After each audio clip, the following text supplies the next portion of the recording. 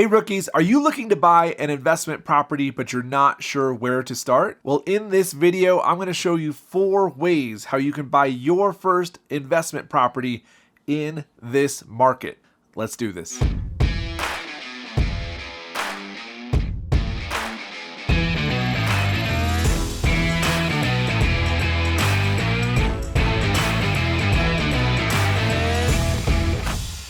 Hey there friends, my name is Anson Young and I am a real estate investor and agent here in beautiful Denver, Colorado, and I do fix and flips, wholesales, and BRRRR in several different markets. I'm also the author of Finding and Funding Great Deals, which you can find through our friends right here on BiggerPockets.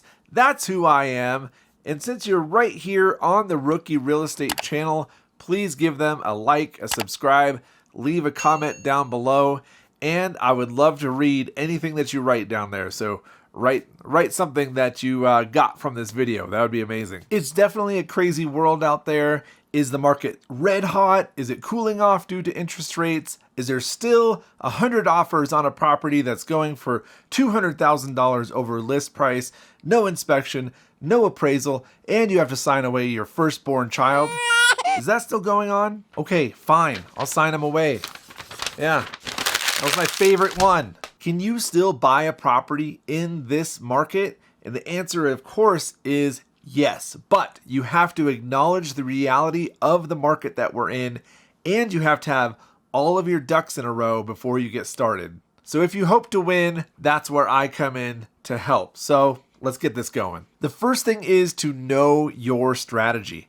In this market, you have to know exactly what type of property that you're going after, and you have to have your strategy completely locked in before you even start looking. Let's say you want to buy a BRRRR property. You want it to be a single family. You want it to have 3 or more bedrooms, 2 or more bathrooms, 1,000 or more square feet in whatever zip code. Great. Now, so that you can act quickly, you need to know your BRRRR formula inside and out. You have to know every variable that goes into this so that you can analyze a deal really quickly. You're going to also want to check out in that zip code if those properties exist at the numbers that you need them. So hunt around online, see if there are closed properties that meet your criteria. And if there are, then there's a good chance that you could be one of those that closes the next one. So now that you know your formulas, you know what type of property that you're going after, we can go on to the next step. So the second thing is that you have to know your financing options. It's one thing to find deals, but long before you, the rookie,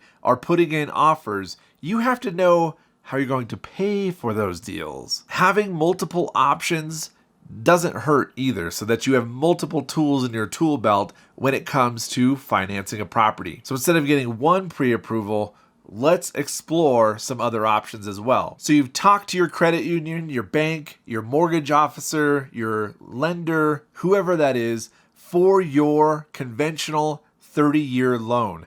You know what the rates look like. You know how much you have to bring to closing. You know what everything looks like, right?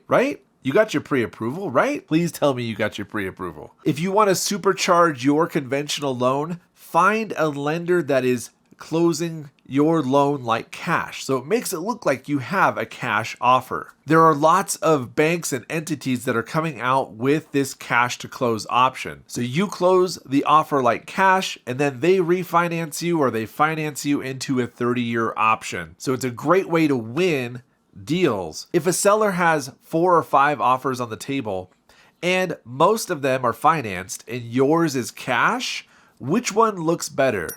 Well, the cash one, of course. And depending on your investment strategy, you might also want to look into hard money options, because if you're doing a BRRRR property or a fix and flip, you're going to need something that's a little bit more towards your investment style. So many BRRRR lenders now are doing hard money up front, and then they pre-approve you for the refinance on the back end. So it's pretty much all but done at that point. So now you have a conventional loan, you have a conventional loan that can close like cash, and then you also have possibly a hard money option for your investment strategy. So speed is a huge factor in this market. So the faster that you can act, the better. So if you have all of your pre-approval letters, all of your financing options on the table, You know where to plug in those numbers into your formulas in step 1, right?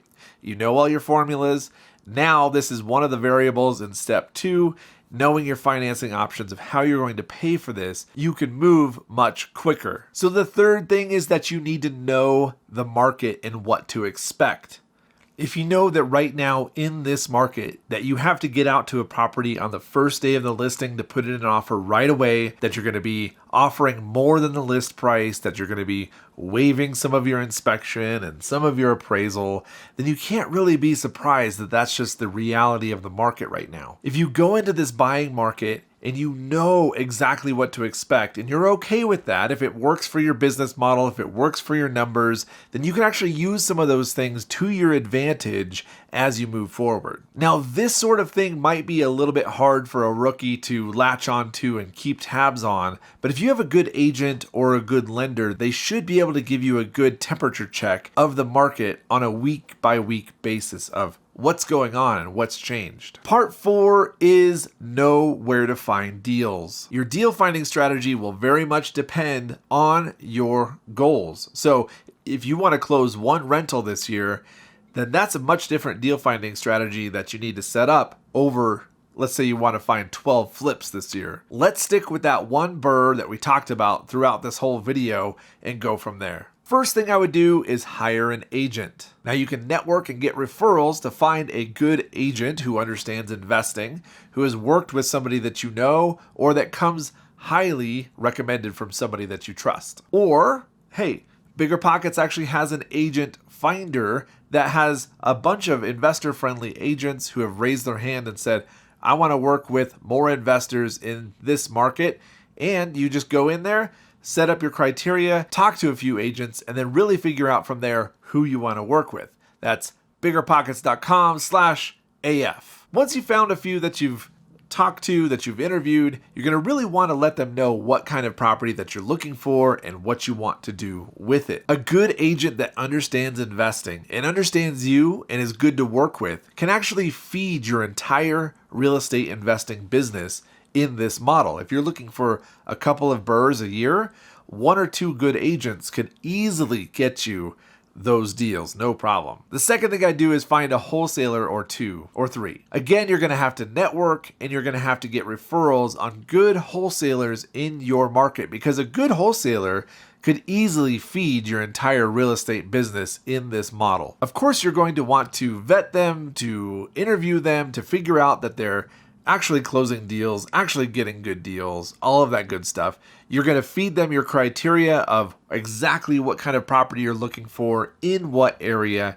and then boom, you're going to start receiving emails of deals that they come across that they want to sell to you. And as I always say, it is easy to find a wholesaler, but it's hard to find a good wholesaler. So you might have to go through a few wholesalers to find who you need. And the third thing I would do is go directly to the sellers. Now, this is an off-market deal finding strategy. Maybe you want to bypass the agents and the wholesalers and you want to go talk to these sellers directly. Now, this could be the best way to find good deals, but it does take a little bit more time, effort, and energy than just interviewing a few agents, reviewing some deals, signing some contracts, and being done with it. If I was looking for a BRRRR property in a certain area or zip code or neighborhood, I would go driving for dollars in that area, write down the addresses of the worst properties in those neighborhoods, and then I would go find out who owns them using your county tax records. Now I need to contact those owners to see if they would be willing to sell their property to somebody like me. So I'm going to mail them something to their mailing address,